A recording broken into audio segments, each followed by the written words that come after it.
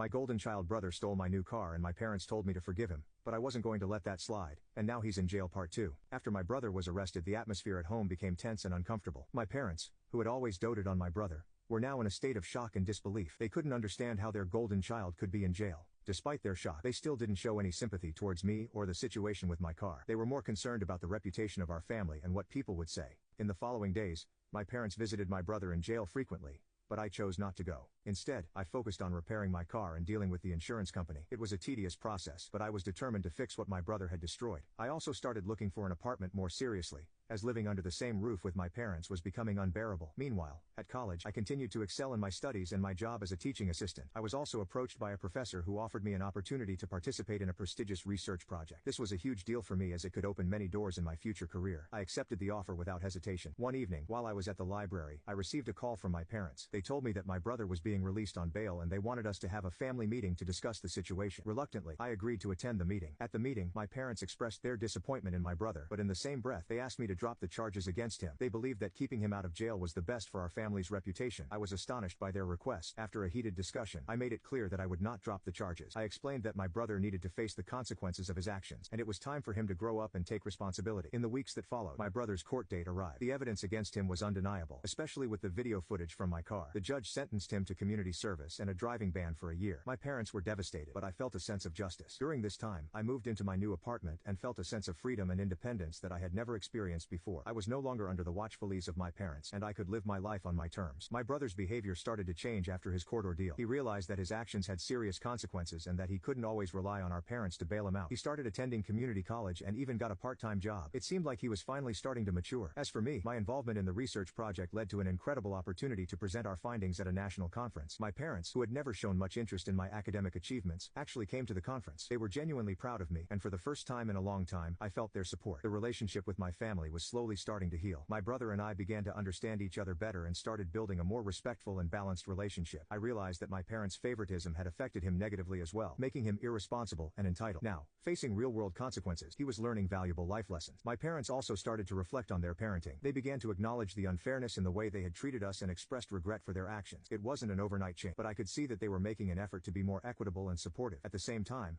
my own journey of independence and self-reliance continued to flourish. The success of the research project led to an offer for a graduate scholarship, which I eagerly accepted. I realized that despite the challenges I faced growing up, they had shaped me into a resilient and ambitious individual. The most significant change, however, was within myself. I learned to let go of the bitterness and resentment that I had harbored for years. I understood that holding on to these negative emotions would only hold me back. Instead, I chose to focus on my achievements and the positive aspects of my life. In a strange way, the incident with my brother stealing my car became a turning point for our family. It brought to light the issues we had been ignoring for years and forced us to confront them. It wasn't an easy journey, but it was necessary for us to grow and move forward as a family. As I stood on the stage at the national conference, presenting our research to a room full of esteemed academics, I realized how far I had come. From feeling neglected and undervalued in my family, I had risen to achieve my own success and find my own path.